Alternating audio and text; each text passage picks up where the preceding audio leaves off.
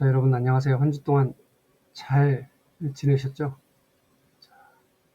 5주차 수업을 시작하겠습니다. 제가 지금 녹화하는 시점에서는 약간 이른 봄이기도 하지만 봄 기운이 완연한 것 같습니다. 아마 여러분들이 녹화를 들을 시점에는 꽃들이 좀 만발하게 피어 있지 않을까 이런 생각이 드는데요. 여하튼 여러분들 긴 시간들을 이렇게 여러분들이 학습을 해가기 때문에 건강관리도 잘 하시고요. 또 주위도 이렇게 좀 둘러보면서 그렇게 일도 하시면서 공부도 이렇게 같이 진행하셨으면 좋겠습니다. 4장 복지국가의 발달과 지역사회 복지에 대해서 살펴보도록 하겠습니다. 이 장에서 핵심적인 키포인트는 뭐냐면 복지국가가 어떻게 발달해 왔는지, 그 상황에서 지역사회 복지의 흐름은 어떠한지, 같은 것인지 아니면 좀 다르게 변해왔는지, 그리고 지역사회의 복지국가 전체에서 지역사회 복지의 역할들은 무엇인지 이걸 보는 시간입니다. 그래서 전체적인 복지국가의 흐름에 대해서 간단하게 살펴볼 것이고요. 그리고 지역사회 복지의 역사의 흐름들도 간단히 좀 볼 겁니다. 지역사회 복지에서는 꼭 빠지지 말아야 되는 인보관 운동이라든지 이런 운동들이 있습니다. 그리고 그 속에서 국가복지하고는 다르게, 복지국가하고는 다르게 지역사회 복지의 역할은 무엇일까? 이걸 살펴보는 게 이 장의 키포인트라고 할 수 있겠습니다.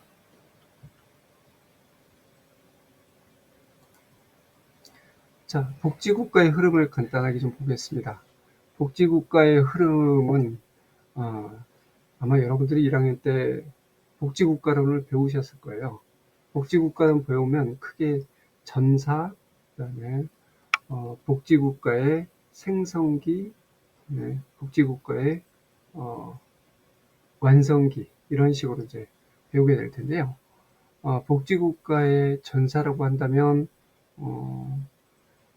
대체적으로 1881년도에 독일의 비스마르크 수상이라고 하는 사람이 독일의 사회보험 제도를 시행하는 그 시점을 전사라고 얘기해요. 전사. 그리고 1945년이면 해방된 해잖아요. 그때 해방된 해에 2차 세계대전이 끝나는 시점이죠. 세계 2차 대전이 끝나면서 영국에서 큰 복지에 관련된 큰 사건이 벌어져요. 그게 뭐였죠? 베버리지 보고서가 나오죠. 이때 그래서 이 비스마르크가 제안했던 독일의 사회보험제도 1880년도부터 1945년 이때까지가 형성기라고 할 수 있어요. 복지국가의 형성기. 그리고 1945년부터 쭉 이렇게 복지국가의 성장기라고 이렇게 이제 보셔도 돼요. 물론 이제 그 안에는 굉장히 많은 사건들이 있었겠죠. 여하튼 1880년도의 독일의 사회보험 제도가 비스마르크 수상에 의해서 공표가 됐는데, 여기에 포인트는 뭐냐면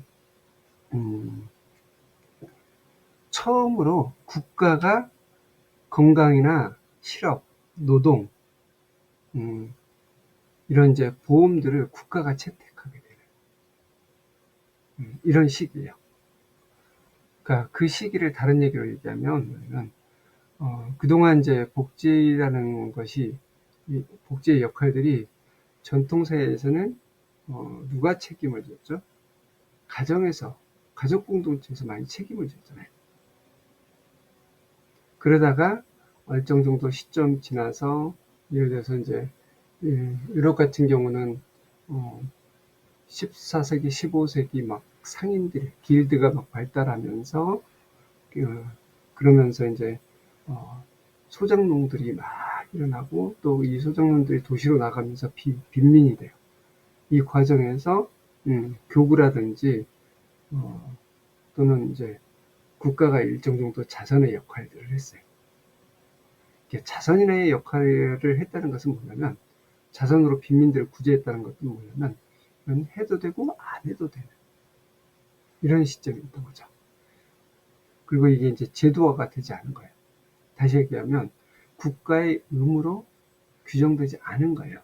그러다가 1880년도에 독일의 비스마르크 수상에 의해서 사회보험 제도가 공표가 된 것은 모든 국민들이 의무적으로, 모든 사람은 다는 아니지만 의무적으로 가입을 하게 되고, 국가가 제도화시켜서 국가가 그 역할을 떠맡는다는 거예요.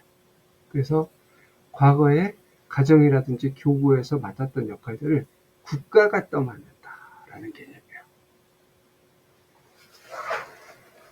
무슨 말인지 이해가 되셨죠? 그러다가 이제 그 이후에 베버리지 보고서가 1945년도에 나오면서, 베버리지 보고서가 나오면서 거기에 특징들은 뭐냐면, 복지국가가 요람에서 무덤까지 국가가 책임져요.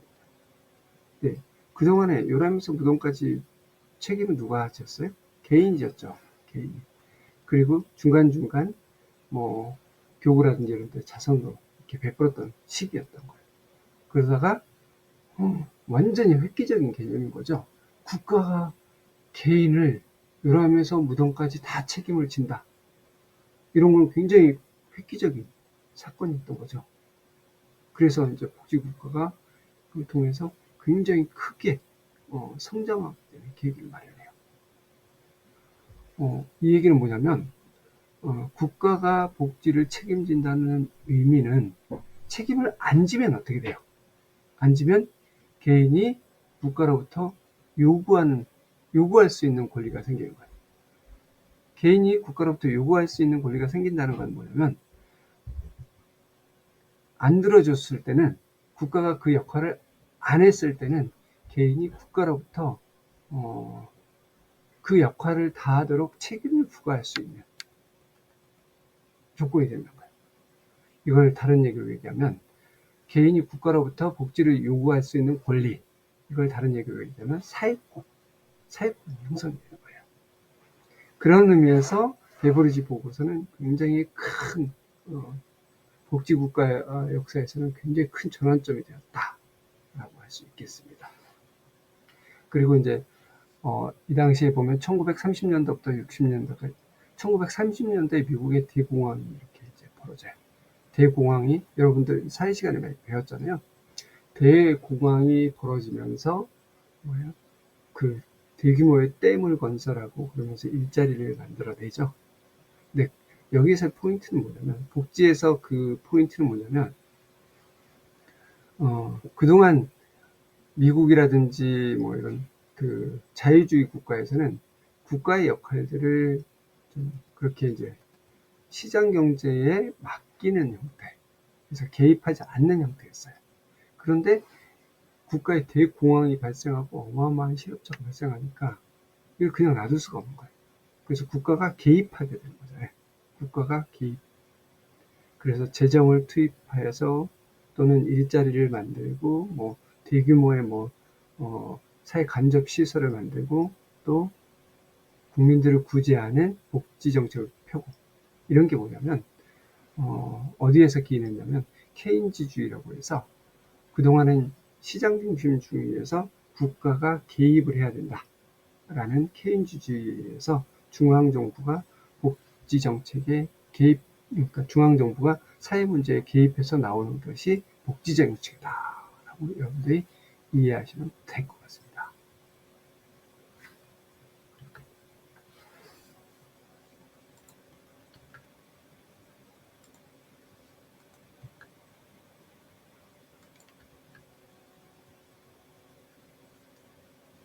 자, 복지국가의 흐름을 조금 더 보면요, 물론 여러분들 복지국가론에서 많이 배웠기 때문에 간단하게 넘어가겠습니다.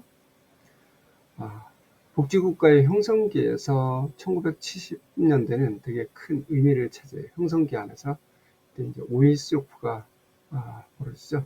그러니까 기름값이 어마어마하게 증가하면서, 올라가면서, 기름값이 올라가니까 전체적으로 산업이 침체가 돼요. 산업이 침체가 되니까 당연히 세금이 적게 거치겠죠. 세금이 적게 거치니까 복지로 투입할 수 있는 돈이 줄어들 수밖에 없는 이런 시대적 상황들이 있습니다. 그러다 보니까 복지 예산이 축소되고 공공부문을 민영화하고 막 이런 현상들이 전 세계적으로 벌어져요. 이때 이제 미국 같은 경우는 연방 정부의 복지에 대한 책임을 줄이고 주정부의 역할을 강화시켜요. 영국도 마찬가지예요. 주정부의 역할을 강화시켰다는 거 뭐냐면 그동안 국가 중심의 복지였잖아요. 국가 중심의 복지였는데 이거를 완전히 포기하지는 못하고 그렇다고 해서 계속 끌고 갈 수도 없고 그래서 그 지방의 주정부의 역할로 이렇게 넘겨버려요. 지역의 역할로. 지역의 역할로 넘긴다는 것은 중앙정부의 역할을 축소시키는 거예요. 축소시키는 거예요. 그래서 전체적으로 복지가 후퇴하는 이런 형태를 띠게 되는 거예요. 하지만 이제 스웨덴 같은 경우는 좀 다른 방식으로 발전을 하게 되는데 그 다른 방식이 뭐냐면 국가뿐만 아니라 시장이나 가족, 종교단체 이 제3부분이라고 하는데 이 3부분으로 3섹터라고 얘기합니다. 하는데 이런 3섹터로 확장해서 국가복지와 이런 이제 제3세대가 혼합하는 이런 복지 혼합이 진행이 됩니다.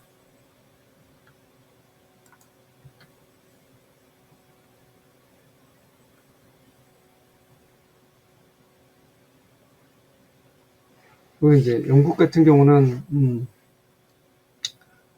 이게 이제 그 중앙복지가 이렇게 지역복지로 이렇게 넘어가잖아요. 넘어가는 과정에서 이제 1896년도 런던에서 최초의 조직, 자선활동단체인 자선조직협회가 설립돼요.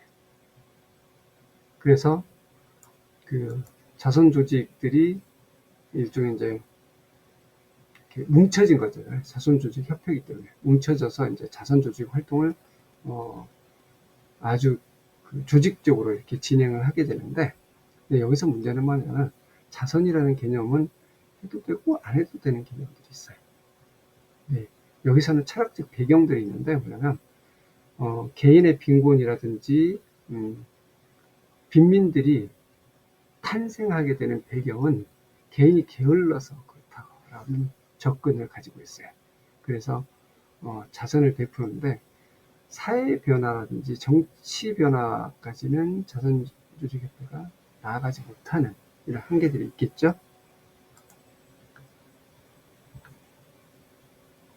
그러다가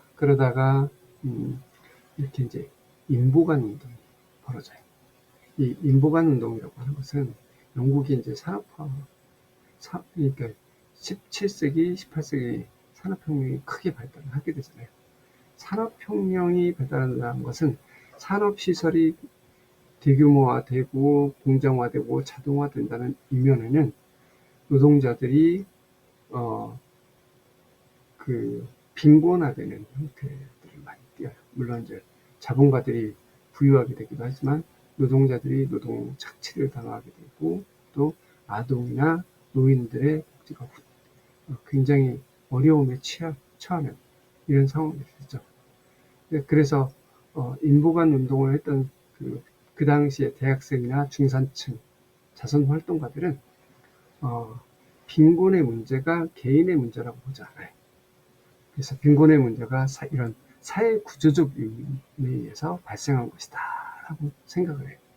그래서 그때 당시에 최초의 인보관인 토인비호를 설립을 해요. 사진에서 이렇게 보이시죠? 저도 이제 이거 쭉 가보긴 했는데 이런 이제 그 인보관 같은 우리나라 현재로 보면 복지관이죠.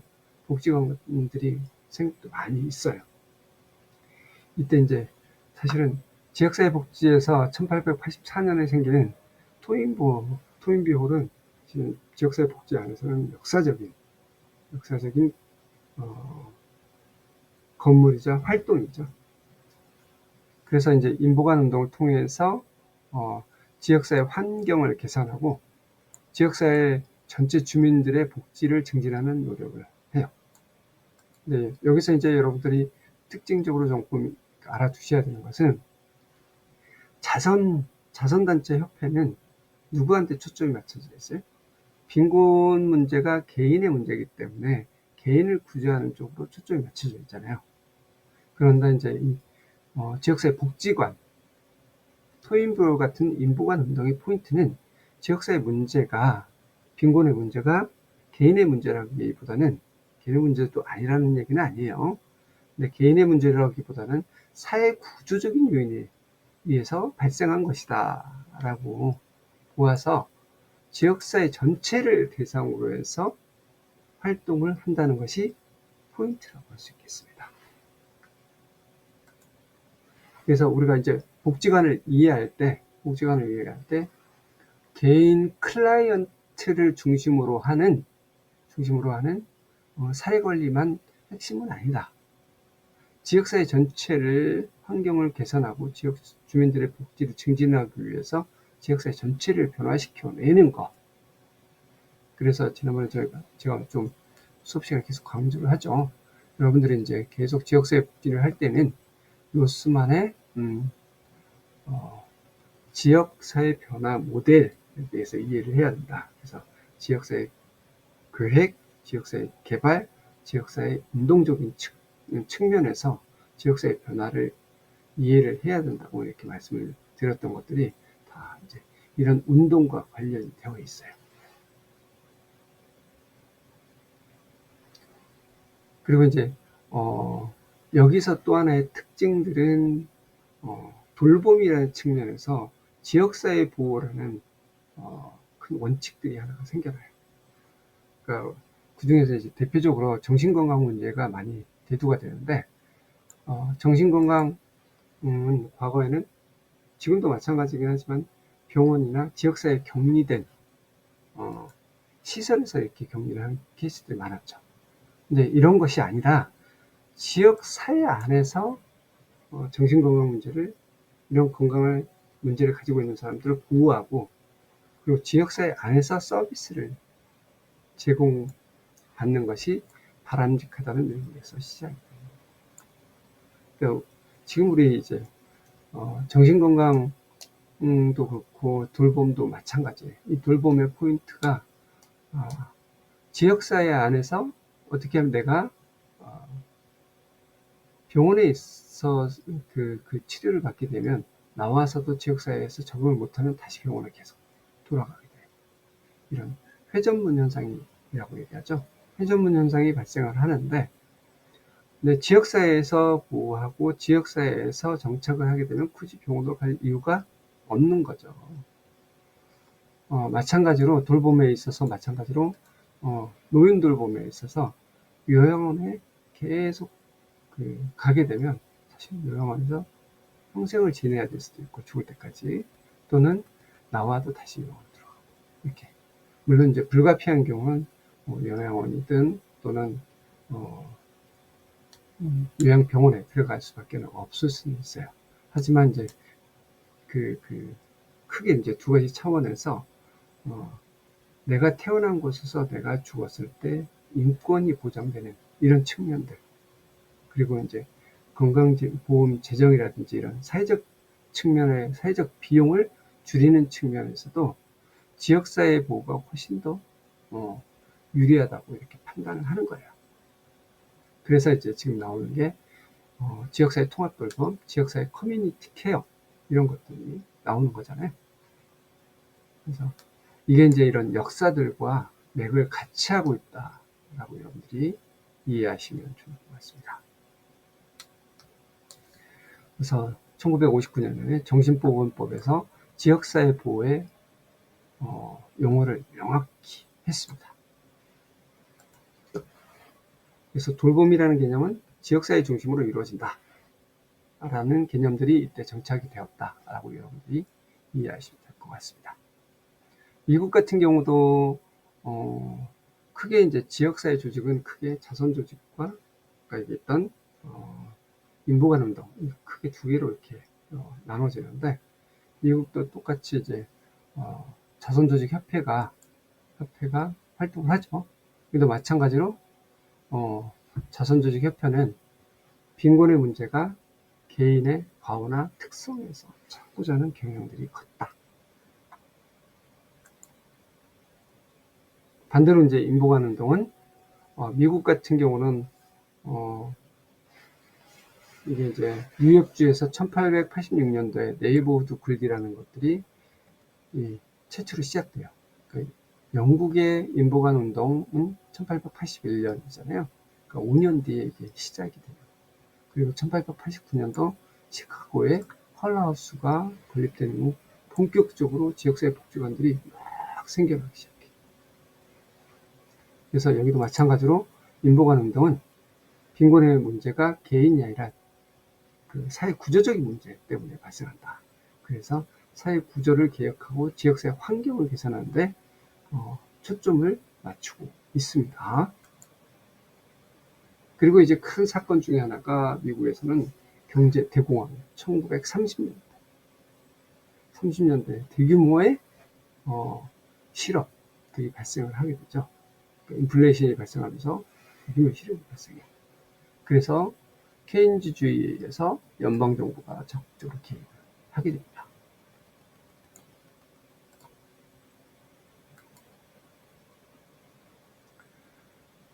자, 그러면 지역사회 복지제도의 발달과 더불어서 지역사회 역할이 어떻게 바뀌었는지를 한번 보겠습니다.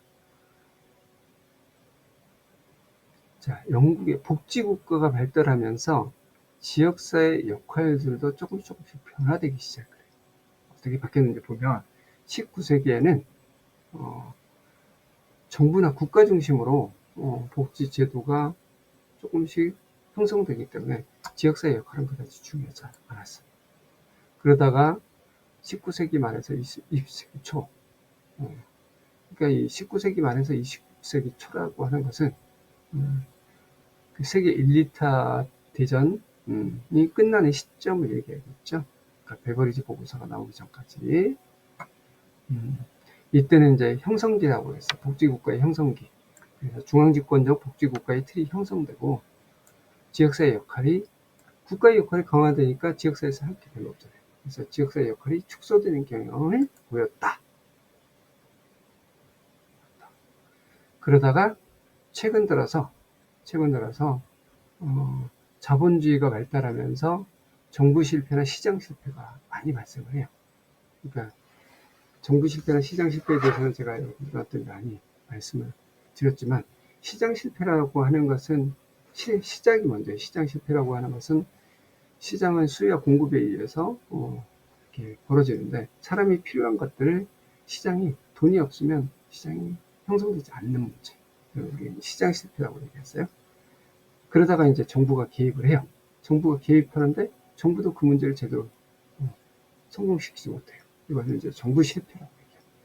그러다 보니까 이런 빈곤층의 문제, 지역 자체적으로 또는 농촌 자체적으로 시장 실패와 정부 실패가 발생하는데 이러한 대응책으로 그 역할들을 지역사회가 맡아야 된다.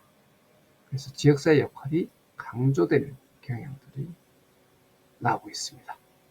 그래서 이제 영국 같은 경우는 저도 이제 영국의 그 지역사회 역할들을 단체들을 탐방하면서 이제 책을 같이 동료들하고 쓴 적이 있는데 이런 것들이 지역사회 역할들을 조명하는 그래서 어떤 역할들을 하는지 굉장히 많은 역할들을 해요. 우리나라 같은 경우는 지금 복지관 중심으로 이렇게 되어 있지만 외국 같은 경우는 특히 영국이라든지 유럽 같은 데는 그 NGO 조직이나 NPO 조직들, 비영리 조직들이 굉장히 많이 발달되어 있어요. 그래서 비영리 조직들을 중심으로 해서 지역사회에 국가가 하지 못하는 역할들을 다양하게 해내고 있어요. 그래서 우리가 이제 여러분들이 일단 협동조합이나 또는 이제 NGO 조직이나 NPO 조직 이런 조직들에 대해서도 여러분들이 좀 많이 고민을 좀 해보는 것도 좋겠다라는 생각을 합니다.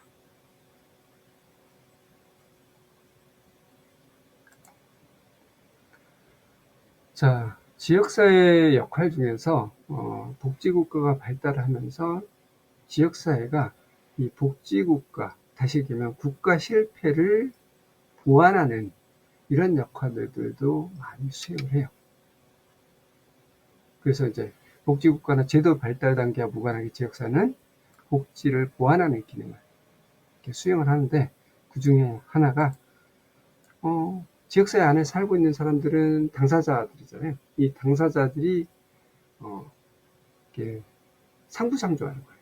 그리고 자발적으로 활동을 한 그런 형태들이 있는데, 그런 형태들이 이제 철거민 대책위원회라든지 공동육아 부모 협동조합이라든지 생산자 소비자 협동조합들, 또는 이제 뭐 자조 모임 같은 것들, 주민 자조 모임이나 지역 봉사자 모임, 이런 것들이 이제 자체적으로 국가하고 상관없이 이렇게 발생하는 거죠.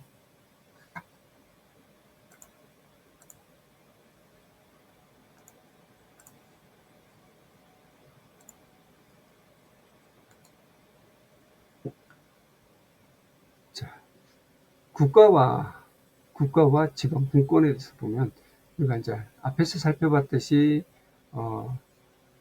이제 그 오일 쇼크 이후에 1970년대 오일 쇼크 이후에 국가가 세금이 없다 보니까 예산을 줄여요. 예산을 줄이면서 이제 이걸 지방으로 막 이양을 해요. 지방으로 이양을 하는데, 네, 이 지방으로 이양하는 것이 개념이 복지를 지방으로 이양하는 개념도 있지만 권한을 지방으로 넘기는 지방 분권이라는 개념도 있어요.